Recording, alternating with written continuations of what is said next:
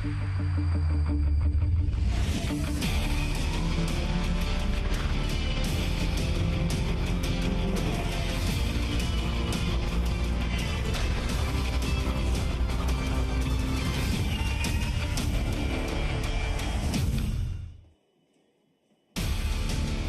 day in Africa. A very good morning. Welcome to Marrakesh for the 10th round of the ABB FIA Formula E World Championship.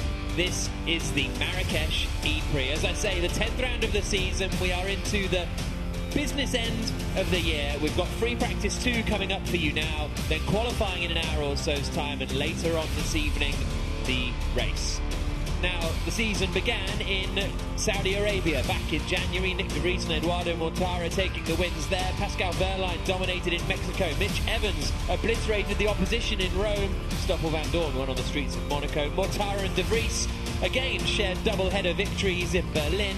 And Mitch Evans won the last race in Jakarta a few weeks ago, which moves him right into championship contention. After this, we've got 3 more doubleheaders to come in New York, London and Seoul over the rest of the season. Eduardo Mortara lying 3rd in the championship. He's finished on the podium in the last 3 races. Max Günther turns 25 today for the Nissan team as he gets ready to head out into this second half an hour of practice. Mitch Evans, winner of the last race in Jakarta, set the fastest lap of the race as well. And Jean-Eric Vergne is the man second in the standings, just 5 points behind Stoffel Vandoorne, the championship leader. He's got 121 points at the top of the standings. As I say, 5 points ahead of Jean-Eric Vergne, and just 12 points separate the top 4. There's then quite a big gap back now, almost 30 points to Robin Freins in 5th position, and he is about 16 points clear of Nyck de Vries. So Freins in a little bit of no man's land at the moment. Lotterer, Verline, De Grassi, De Costa and Jake Dennis, the rest of the top 11. And then further down the field, no points for either of the Dragon Penske Autosport drivers. Sam Bird down in 12th in the standings for the Jaguar TCS Racing team. And Alexander Sims, Askew and Günther, all with just 2 points to their name so far this season. It's fairly close as well in the team's championship. Mercedes EQ are at the top, 16 points ahead of DS Techeetah. DS Techeetah are only 1 point ahead of Rocket Venturi Racing. My name is Jack Nichols. Alongside me here in the commentary box this weekend, we're delighted to have the man who finished 10th in the 2005 DTM Championship, Alan McNish. It's an entertaining track this in Marrakesh, Alan. Yeah, it is. It's a circuit that is a permanent circuit, and so therefore quite different for the characteristics that we normally see in Formula E. 3 quite definitive sectors on the track. You've got the long left-hander at turn 1, a lot of energy through the tyres, also at turn 3, where you've got the attack mode on the outside, which will be very dirty at the moment. That's the end of sector 1. Then a tight chicane where you bounce the curbs at 4, 5 and 6, long straight down to the hotel there, it's at 7, and then quite a difficult braking into turn 10. Locking up is easy to do there before you then accelerate up to the last 2 corners, 11 and 12 to cross the line. 2.9 kilometres, 12 corners, and not an easy one, even though it looks it. Yesterday, Eduardo Mortara was quickest in the first practice session, a 1 minute 18.6, but as you can see, weather conditions very different this morning. Track temperature just at 24 degrees, air temperature 17. Well, it was 50 or something yesterday, yes, the track 52. temperature. Yeah, so it's going to be a very, very different circuit that the teams will be going out on today, but it will be more similar to qualifying, which will be coming up in just, what, an hour and a half or something after this session ends. I think it very much depends whether that sort of fog basically burns off, and if it does burn off, then the temperature will go up very, very quickly, air and especially track. Now, the cars are a little bit more susceptible to the track temperature for the tyre, but as well, they have to, more for the race this afternoon, think about the battery temperatures. But right now the drivers will be enjoying just a little bit of a, I would say, a respite against the sheer heat that they had yesterday afternoon in free practice. Absolutely. Antonio Felix da Costa won the last race here in season 6, which was the last Formula E race before the global pandemic began, and da Costa yet to have a podium finish so far this season, although he did finish on the front row, start on the front row I should say, in Jakarta. Andre Lotterer getting ready to head out in the Porsche as the light goes green at the end of the pit lane now. See Lotterer not flying out there, and in fact maybe only kind of half the field heading out onto the track straight away. It's the 2 Andrettis, the 2 Dragons, a Porsche, an Envision and Costa and Vergne, and so that's the least amount of Formula E cars I have ever seen leave the pit lane at the start of a session. Happy 25th, Max G is the message on the side of Gunter's car there before he gets ready to head out. I'm sure he's hoping it's going to be a good birthday day for him. Did you race much on your birthday? When's your birthday? My birthday was the 29th of December, so there wasn't a lot of racing. However, I did race the American Le Mans Series. The final race of the season in 2000 was in Adelaide in Australia. Obviously an American championship, the final race being in Australia. And the first practice was actually on my birthday. Top the times? I went to hospital with a bulged disc in my back, actually, so it was not my finest hour. Thank you very much for bringing that up. But one of the reasons that I think a lot of people are staying in the pits, this is a 30-minute session, and what we saw yesterday in free practice, the circuit was so dusty and dirty, and it's better, maybe Mercedes did this yesterday, where you give the others half a lap gap. But also it means that you've got maybe a slightly cleaner track and you're slightly out of sync with people when they start to do their fast runs.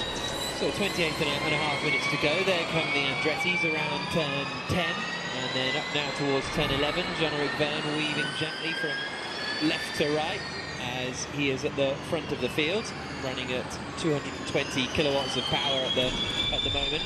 And that first sort of qualifying group session has become so important to be in the top four, almost irrelevant of the groups, because even Stoffel Van Dorn, as an example, the last 5 of the last 7 races he's qualified 8th when it actually came through to the duels, and has been the slowest in the duels, but he's still getting results. And whether you make it into the duels or you're out of the duels feels like it defines your race almost. If you don't get through, then you're 9th or lower on the grid. If you do get through, you're at least 8th.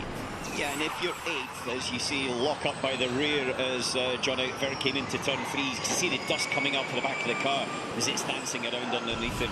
And this is what we're talking about, being bumpy as he now clumps the curbs at the chicane. But if you're in that top 8, you go with the faster part of the race. And if not, you're sort of mired in that area, especially in the first lap, where you can get tangled up with someone else. But also, you tend to be fighting and using energy to try to overtake to get back to where you should be. So it's absolutely critical, as it is in all formulas, to be competitive and quick in qualifying. But in Formula E, as we know, it's pretty ruthless and competitive anyway. Vergne sounds like he's locking up at pretty much every corner here at the moment. There's not much grip and he's attacking quite hard.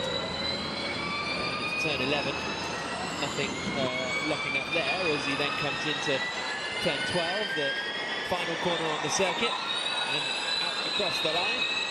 And the first lap time of the day is a 1 minute 20.6. Quickest lap time we saw yesterday, a 1 minute 18.6, and that would have been at full power from Mortari yesterday too. So 2 seconds off the pace in the very early stages of the session, with the first laps coming in. Verline, Dennis and Freitzel coming across the line too, and you can see that Vergne's now backed off. So this is potentially a sort of recreation of the opening moments of qualifying and the group stages, because you also only get a couple of chances to do this, because for the rest of the session now the tyres will be hot. Yeah, and you want to also see whether you can go straight out and push, as we see Robin Freins there locking the left front, and just the car looks like he's reacting to it as opposed to necessarily driving it and in front of what's happening. And I think they're trying to find out whether they can go straight out and push, or they need to build the temperature up more progressively with sort of a preparation lap. But look at the amount he's working on the steering. Everything's all action stations. It always is round here, naturally, just by the default the way the track is, but more so than I have seen it. Partly because the fact the last time the circuit was used was when you mentioned Antonio Felix da Costa winning the last race prior to the pandemic. France is also usually all action. He smacked you really hard in the canteen this morning. Yeah. That hurt a little bit. That must have hurt a little bit. He was very aggressive. I smarted a little bit, but I wasn't wanting to let him know. Robin's been... You know, he's been that type of driver as long as I remember him in karting and then coming through the junior formulas. He drives by feel and sensitivity. He's got a real, I would say, clever way of building up that approach. Very different to, I see, every other driver who tends to develop it through simulator use and practice, where he does it through old-fashioned seat of the pants.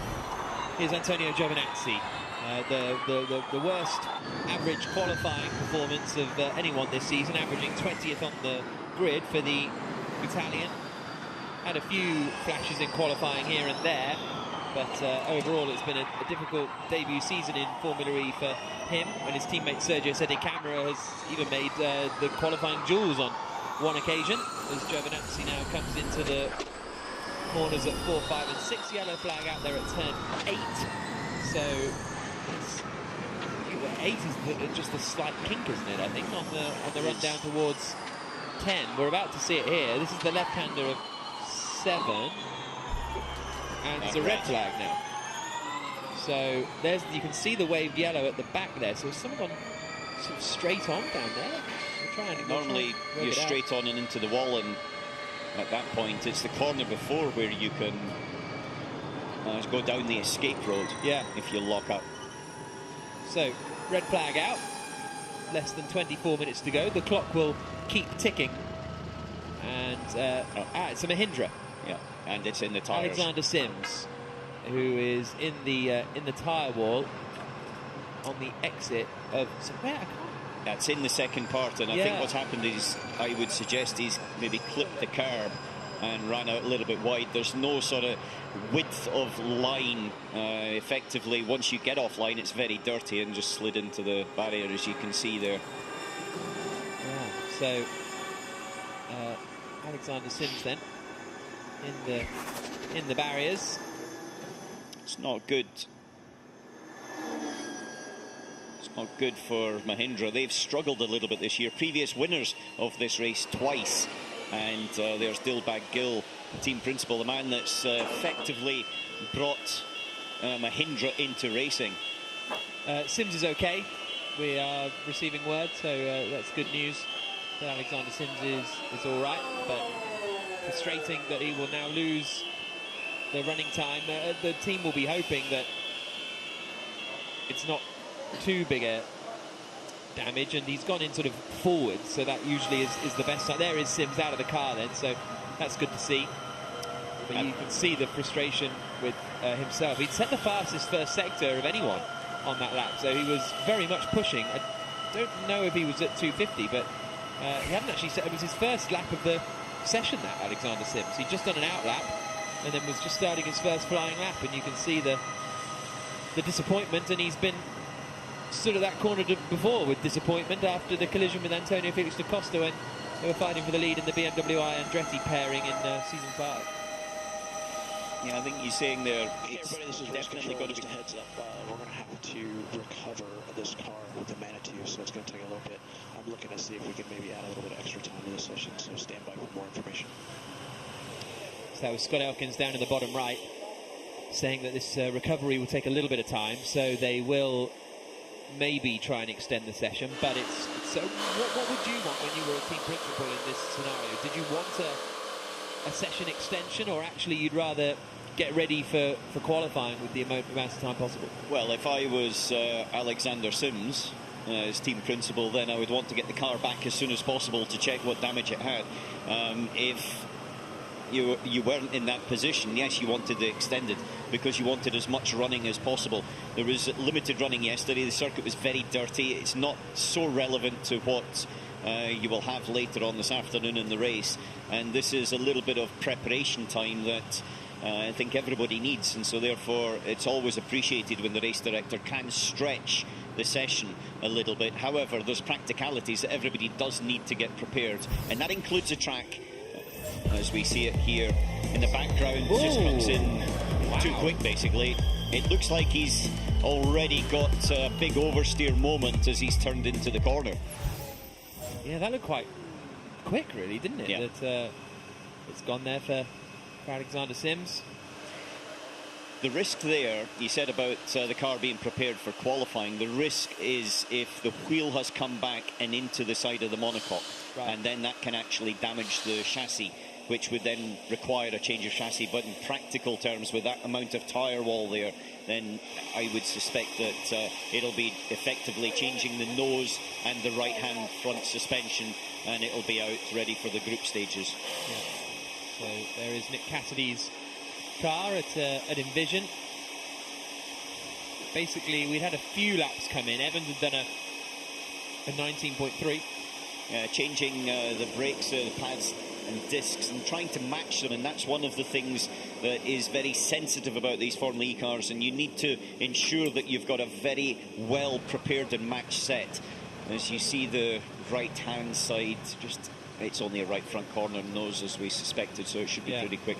But ultimately, when we were talking about the brakes locking earlier on, that we saw a lot of brake locking, it is from the low grip surface, but it also, if you've not got quite a matched set of brakes, then it can snatch maybe the right front or the left rear or something like that. So you tend to try to rotate the limited number of parts you have to get the appropriate match set. Sebastian Buemi won Le Mans for the 4th time last weekend. In fact, he won in the overall class, and Antonio Felix da Costa won in LMP2. So 2 Le Mans winners on the grid, or well, 2 Le Mans winners from last time anyway, on the grid. Stoffel Van Dorn getting lowered down in the Mercedes EQ, because actually that's fairly swift clearing of that Mahindra, which is good news. So hopefully we won't actually be delayed too much, and certainly Mercedes feel like they'll be heading out pretty soon, because they've already lowered Van Dorn's car down. Championship leader only once in the last however many races, 8, only once in the last 8 races has Van Dorn finished ahead of all of his title rivals, i.e. Vergne, Mortara and Evans. They had to change Jake Dennis's powertrain overnight at Andretti, so he didn't get any running in yesterday.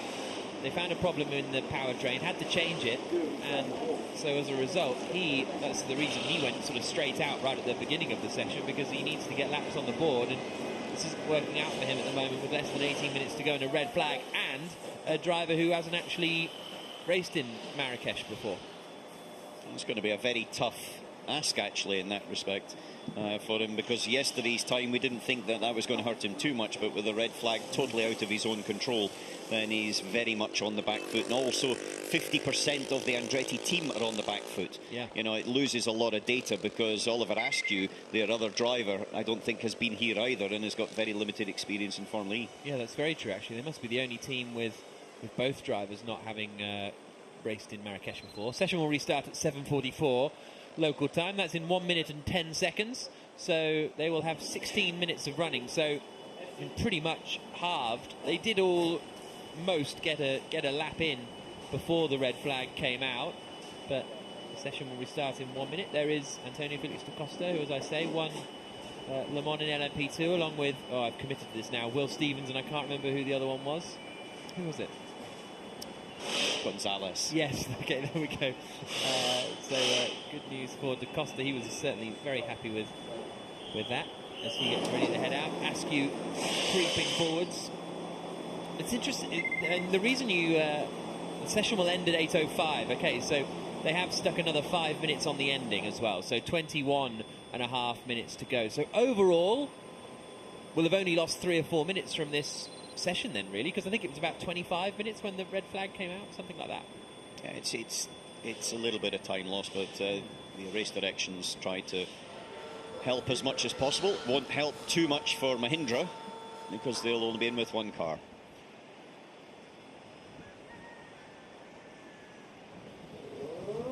Pit lane goes green. Everybody keen to crack on now, apart from Sam Bird. He remains in the pits and is pretty much the only one, actually, or one of the Envisions not heading straight out to. Probably Cassidy, I would suggest, because we saw them changing some parts on the car. Indeed, it is Cassidy who's remained in the pits. France is heading out as everybody joins the circuit now on what is a sort of overcast day at the moment. Alan was mentioning earlier on, hopefully it'll burn off as we go on board driver's eye with Stoffel Van Dorn. He practices going through attack mode. Missed an attack mode in the opening race of the season in Diriyah that cost him the win. And he's coming through turns 4, 5 and 6 now, and you can see at a very steady pace on the opening lap. Eduardo Mortara, third in the championship standings after his 2 retirements, and he looked sort of out of title contention. He then finished first, second and third in the next 3 races, in 2 in Berlin and then Jakarta. Jean-Eric Vergne, second in the standings. And we're seeing the drivers be sort of very aggressive with their steering inputs here, Alan. Yeah, trying to get some temperature into the fronts, because it's easy to get the temperature into the rears by hitting the throttle pedal, and the rear tyres are overheating, but you need to balance it out for a lap, so they're trying to generate some front tyre temperature by effectively just turning into the corner much more aggressively than what they would normally do if it was a full speed lap. Here comes Stoffel Vandoorne up towards turn 12. And we're going to watch him have a go at this. He's at 220 kilowatts of power. This is kind of a group stage push lap coming up here for Stoffel Vandoorne. Oh no, he's at 250. I apologise. So this will be fun. Yeah, it's going to be action stations as the oversteer already coming out of the first corner. He got into the apex pretty well there, but when he started to get onto the throttle, then it became a bit more lively. Nicely down into turn 3, gets to the apex. It's all nice and smooth through there. The Mercedes seems to be pretty well balanced, but much better than it was yesterday, where he was dancing around underneath him before he comes into the slow chicane. It's important to get that curb on the right-hand side, Jack, just so that you, I would say, maximise your momentum through the corner as you run down the second longest straight into the chicane. This is the one now where Sims went in on the right-hand side. You see the marks into the barrier, and then hard braking into turn 10. A lot of people locking up the right front into there, missing the apex. Slightly missed by Vandoorne, so he'd lose a touch coming out of that, and that momentum that he lost also just slips away all the way down the straight until turn 11. Through the left-hander. The final corner. Jean-Eric Vergne has done a quick first sector. De Vries has come across the line to do a 1 minute 17.9. Vandoorne comes through and does an 18.0, so almost 2/10 slower than his teammate. Vergne's going quicker, Roland's going quicker, Turvey's going quicker in the first sector. Da Costa across the line now to do a 17.6. Vergne slots into second place, so a 1-2 for DS Techeetah now. They are 3/10 clear of the Mercedes pairing. Here comes Lucas de Grassi in the Rocket Venturi. Coming through the middle sector, down towards turn 7. Mortara goes 5th fastest, 9/10 away from Da Costa. De Grassi's first sector is a 10th down. Roland slots into 4th place in the other Mahindra, so that's some slightly better news. Oliver Turvey's only 4/10 away after the middle sector here as well, so he might get up into 6th place here, Turvey, if he finishes the lap in a reasonable fashion. We'll get De Grassi's middle sector split here, and he's a quarter of a second away. Bird goes up into 7th place. Turvey does go into 6th place in the Neo, but De Grassi's got a chance here at getting up into the top 5, I think. Yeah, it was quite conservative through turns 10. He's lit it up through the last corner there, so as Lucas goes across 5th, exactly right, 3/10. He lost that 3/10 in the middle sector, so the first in by the time he got to the end of the second sector.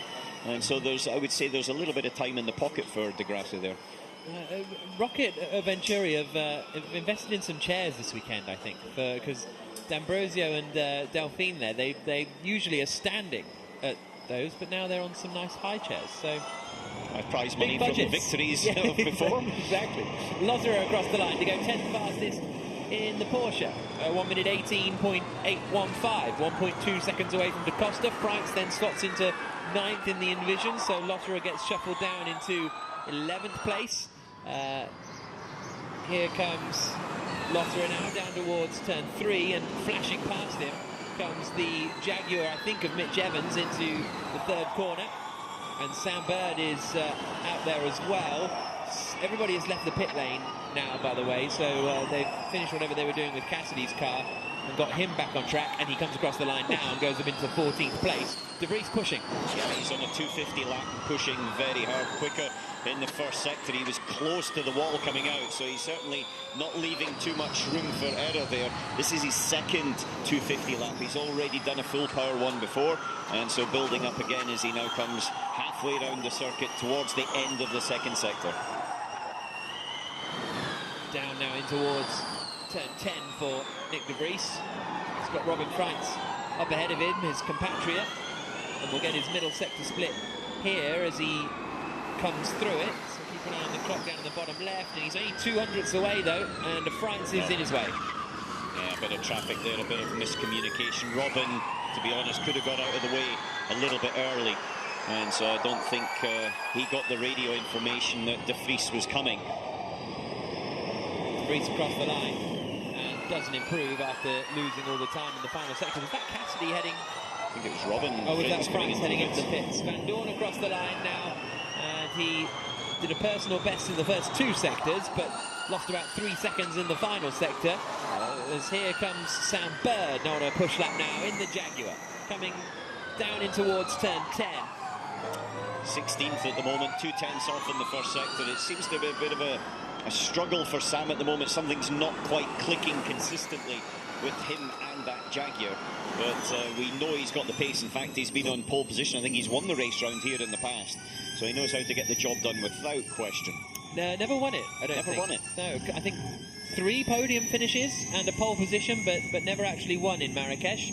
Bird goes 11th quickest. His last pole position was in, I think, New York last year. The one before that was Marrakesh in season 5. De Grassi did a very quick first sector, but he's getting a little bit of traffic here from the Nissan ahead of him. They both go right out wide. De Grassi goes 3rd fastest, so he did manage to improve on that lap, despite being held up a little bit by Max Günther potentially in the final couple of corners. So De Grassi goes 3rd fastest for the Rocket Venturi team. Here's his teammate Eduardo Mortara now coming down into turn 7, and Mortara's first sector is 9 seconds away. And he's nowhere. Mortara's on the 250. You can see the halo flashing, but this lap's, I think he's aborted. Something must have happened earlier on. Both of the Nissans are on a lap. Buemi and Günther, both only a 10th away from De Costa in the first sector. Half a 10th between De Costa and Vergne up at the front, and then it's 3 tenths back to De Grassi in 3rd. Here is one of those 2 Nissans. It is Sebastian Buemi. He does have a win and a pole position and a 2nd place here in the past, but also has a 3-place grid drop after the collision with Nick De Vries right at this corner yesterday at the end of free practice. So Buemi's got his work cut out today, whatever happens, and he's got 8th fastest there. Not too bad from the Nissan man. Mortara, I think, ahead has now just started a push lap after bailing out of the last one. So let's see what the man who is 3rd in the championship can do. The best qualifier over the last 3 races, Eduardo Mortara. And he's also had 2 did not finishes, and so that really has blunted, I would have said, what is a fantastic championship attack by him this year. He's very consistent. He's got a confidence. You see, he's got an air of confidence when he's walking around the paddock, never mind actually in the car. As now he's gone through that first sector. His teammate Lucas de Grassi's in 3rd, and it's an important weekend for all of the top 4, in fact all of the top 5, because for... Oh, hit the barriers on the exit there, did Eduardo Mortara. I think he's also getting held up a bit here by Cassidy, and yeah, that's his lap ruined, unfortunately, but a little brush. You can see the damage on the side of the car. I think it's just kind of paintwork and aesthetic, but certainly clipped those tyres. It's a racing strike down the side. That was fine, you know, it was all okay. He has caught one of the little aero flicks, which will be repaired very easily. Don't worry, the car will be looking much worse at the end of the race. I think we can guarantee you that. So here comes Mortara out across the line. It was a very good first sector, but lost 4 tenths in the middle sector. But there is still the pace in there in the Venturi. No doubt about that. From Mortara's sectors 1 and 3. Here's a look at it again. Oh, so that was why he abandoned the previous lap down at turn 1. Yeah, he launched it in, just locked up left front, then the rear went, and it was gone already by the time he had done 200 metres of the lap.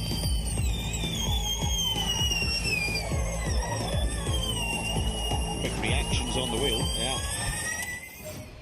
Yellow flag now at turn 7. You can see the green flag waving there, so someone's gone straight on, probably just into the runoff area, and it's Robin Freitz, who likes to explore the runoff areas in practice sessions. So he has gone straight on. His first sector was about a 10th away from De Costa, so he was reasonable there, was the Dutchman, but then straight on at turn 7. Still 10.5 minutes to go in the session. Freitz now heads up towards turn 11. Sylvain Philippi on the left and Mike Lugg on the right, the managing director and technical director respectively. Pensive looking Sylvain Philippi, and here is Pascal Vergne, who is on a push lap. He's gone straight out and pushed, so he's He was on an out lap and then he's turned it up to full power, and now he's going for it, Vergne, as he comes down in towards turn 3. Vergne's, I think, probably got the capability to do this, to basically go out there and just stick a time on the board. But for Porsche, it doesn't look as if it's the easiest of weekends so far. Vergne sitting there in 7th. Yesterday they were kind of there or thereabouts, but they weren't attacking at the front as we saw in Mexico, where they were dominant, and also in Monaco, where he was leading and had a technical problem, an inverter failure, which took him away what I think was a pretty much guaranteed victory at that point. But yeah, Marrakesh, I think, is a slightly tougher nut to crack for them at the moment. Vergne's first sector is quick, but he is getting a bit of traffic here. Roland is trying to move out of the way, and I wasn't sure if that had all been cleared up there, but Vergne's now over a 10th up on Da Costa after the first 2 sectors. We are probably 5 or 6 minutes after Da Costa set that time. Here he comes across the line. Pascal Vergne is at the top of the times. It is indeed a 1 minute 17.518, just under a 10th quicker than Da Costa in 2nd and Vergne in 3rd. So a bit more encouraging that for Pascal Vergne. He's been in the qualifying duels in 6 of the last 7 races, Pascal Vergne. Ever since Diriyah, he's only missed it once. Here comes Oliver Turvey, who comes into the pit lane. And for those of you who remember Oliver Turvey's in Jakarta, where he brings his own breakfast cereal to the races, flies it out to every race, he forgot it this weekend, so he had to eat normal breakfast like everybody else. You don't do that, Jack? I don't bring my own breakfast cereal out. One person that's doing pretty well, I think, this session and round here is his teammate, though. Dan Ticktum is up in 9th, as we see him just a change of tyres. They get 2 sets of tyres for the weekend, so you alternate between them. Florian Modlinger, who transferred from Audi at the end of last year across to Porsche, and I think it's brought a cohesiveness to that team. Florian, obviously. What was his role in Audi with you? He was actually apt, and he effectively was chief engineer of the racing operations and head of racing operations. Very good, very clear, very decisive, and someone that I think the rest of the team can build trust into as well. And so I think that was a very positive move for Porsche to nab a hold of him. Like I said, I think he's brought that cohesiveness to Porsche and given them a little bit more confidence that they could deliver on a lot of potential that we saw in the past, but they just hadn't quite converted that potential into a race victory. Mitch Evans really hugging the wall through turn 3, and he is 400ths up on Pascal Vergne after the first sector. Wow! Big moment. I thought that was a flat-out kink, Alan. Yeah, but there's a huge bump there, and the car bottomed out over the bump, and that bump can have a very, very high vertical G-shock, which, as we saw there, kicked that Jag into a 45-degree steering angle oversteer. It was pretty cool, a bit more rally style than necessarily circuit style, but we like it nonetheless. Let's see what he's got after the middle sector here. Mitch Evans comes through it now, and he's 600ths up on Pascal Vergne's lap time, so Evans, the winner of the last race in Jakarta, now coming into the final corner at turn 12, out across the line, and it's quickest. A 1 minute 17.440, which is about 800ths quicker than Pascal Vergne has managed. Da Costa in the pits, Vergne in the pits, De Grassi in the pits, De Vries in the pits as well. Oliver Askew getting his first laps in of Marrakesh, well, after yesterday anyway. And he's currently 8th quickest, Oliver Askew, only half a second away from Evans, which, in the grand scheme of Askew, is pretty decent, I would say, so far this season. There's a few people that are a little bit higher up than expected or consistently. You've got Buemi that's up there in the top 10, Dan Ticktum, as we've spoken about before, Oliver Askew in a strong 8th position, Oliver Rowland as well. We saw Sims in the Mahindra in the wall, but his teammate Oliver Rowland's up there as well. But Askew, I think, he's doing a good job right here. The BMW, historically, and this car has been taken over from that, always was good at this circuit. It was always competitive. And so therefore, if the base DNA of the car works, then the driver just needs to tune into it. However, it has been a bit of a tricky year, and he's lost some time there, clipped the curb too much, went onto the throttle too early before the car settled, and lose time all the way up this straight. Yeah, He's running at 220 kilowatts here, Oliver Askew, so this won't be a quick time. Those who are leaving the pit, you can see that people are leaving the pit lane on the tower on the left-hand side. So whether they're going to go out with less than 5 minutes to go and just do an outlap and then a full push, we'll wait and see at 250. I'm always surprised how little, and in fact Turvey was saying this yesterday, that he uses the last few laps of the session to be running at 220 rather than 250, because that's the next thing he's going to be doing, as we see Tixon weaving around to try and get some temp into the tyres. Yeah, we saw Neo changing the tyres on his car, and so this will be a cool set of tyres. I think he's been running on a warm set up till now, so on board with Dan Ticktham as he's preparing for a flat-out lap. Here he comes then, out of the final corner and across the line. We'll ride with Dan Ticktham down towards the first corner. Car in front having a bit of a lock-up, and he drives through that tyre smoke and into turn one. I think it was Jean-Eric Vergne in the DS to Cheetah, as Ticktham now comes in towards turn 3.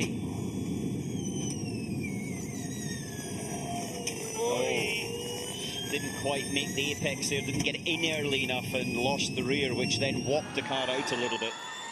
He's only 900s down on Evans after the first sector here, Dan Ticktham.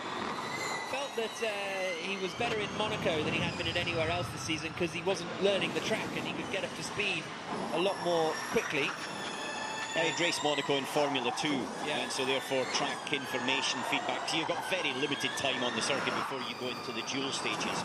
And so in that respect, it is super tricky for a new driver. This is the sector, though, where the time can slip away. It's the longest sector of all, about 34 seconds, and so therefore in that respect, if you're a little bit off the pace, then here's just where it hits. But he's got traffic already. Yeah, he was getting traffic there, no doubt about that. Jean-Eric Vergne is over 2 tenths up as he comes through the final sector. Surely Vergne is going to go to the top of the times. He does by over a tenth of a second.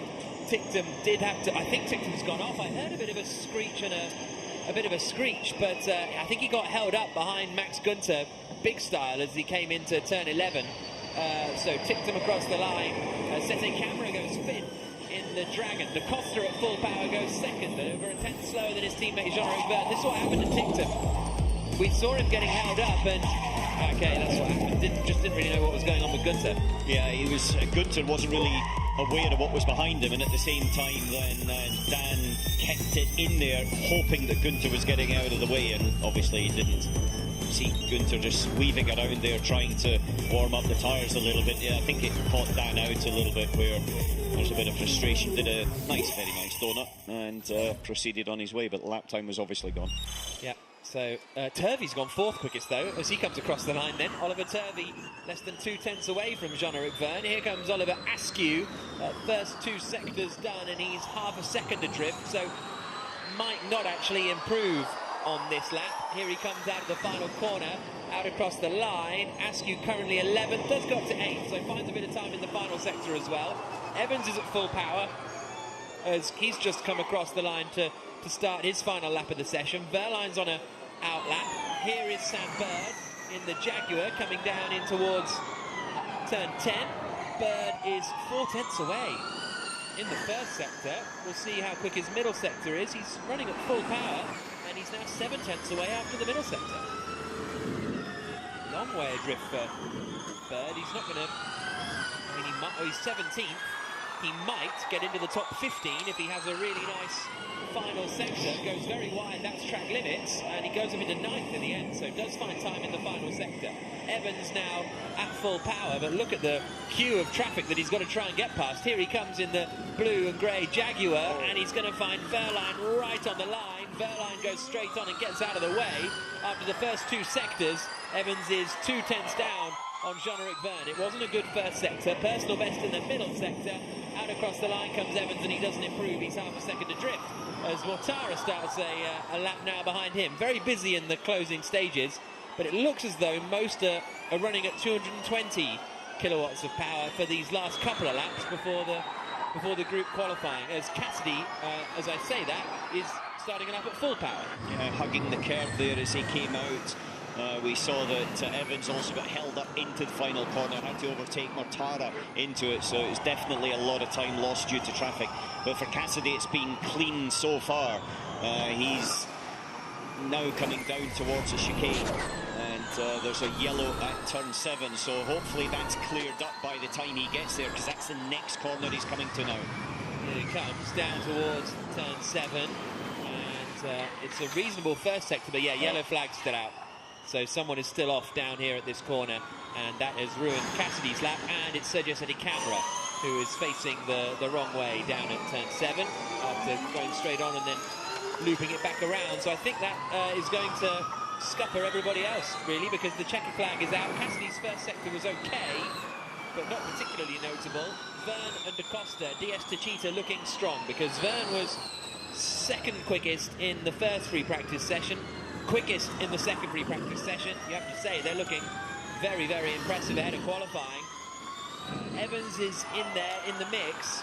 Mortara was quickest in first practice, 16th in second practice, so I guess he didn't get a representative lap time in. My concern for this would be Mercedes, to be honest. Van Dorn was 15th today. He was 4 tenths off the pace yesterday and about 7th quickest, so haven't seen much from Mercedes EQ yet. I think it's quite clear the pecking order for the front two, because DS were very strong yesterday, as you said. Yeah. Mercedes, I think, has Jev's radio. Hopefully hear it. Through at the moment. Yeah, Jean-Eric, you are quickest, and we've got to remember yesterday he was held up as well in the final sector, and he would have topped timesheets yesterday, so there's a lot of confidence coming in there. This is the only man really in that top battle in the championship not to win a race so far, so he'll want to ensure he delivers one this weekend. But talking about Mercedes, I think the risk for them is not the performance difference, it's the fact there's a lot of people normally that wouldn't be quite as competitive in and amongst them and could be ahead of them in there. So it's important for Van Dorn, more than necessarily for De Vries from a championship perspective, to actually get through into the duels. De Vries hopping out of the car and straight into a chat with Albert Lau, his race engineer. So difficult session for Mercedes EQ. The good news for Venturi is that they were first and third quickest yesterday. Now, very different track conditions, but at least that shows there's a bit of potential in there. But for DS Techeetah, well, James Rossiter on the right-hand side must be feeling, well, you know what, he's always feeling confident, isn't he? He's a confident man, James Rossiter, but I think they'll be pretty pleased with a 1-2 in free practice after, of course, locking out the front row of the grid last time out in Jakarta. Yeah, well, they look as if they've got a pretty good handle on the car in all conditions, in 220 kilowatt race power, in 250 qualifying power, and in general, when they're in every situation, they're up at the front. So, you know, I think they can be reasonably confident, or as confident as you can be, because as we all know, a little bit of traffic or a lock up of the brake can suddenly set you back. And if you don't finish in the top 4, then you don't go into the next stages. And so, you know, the margin for error here between being in that top 4 in the duels and not quite there is very small. To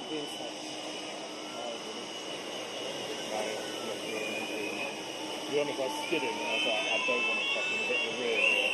Yeah. It's the first time ever I was like, it wasn't too bad. Turning into the wall. Just the front right. That's so interesting, because it looked like a bit of a strange one, but what Sims is saying there is the back end stepped out, so he aimed the car at the wall to hit it with the front instead of the back. Yes, the reason for that is because the rear gearbox structure and drive shafts and also the electric motor, they're all limited in quantities you can use through the season.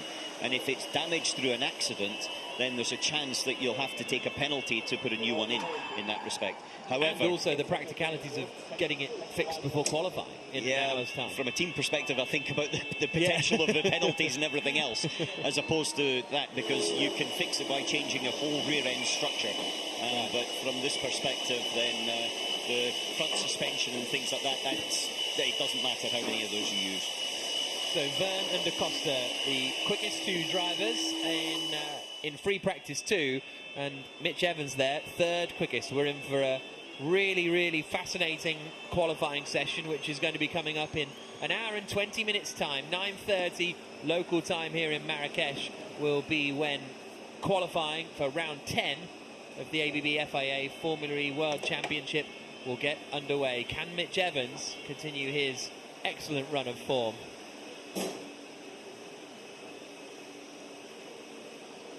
He goes straight over for a chat with Phil Charles there on the left-hand side, the chief engineer. Yeah, okay.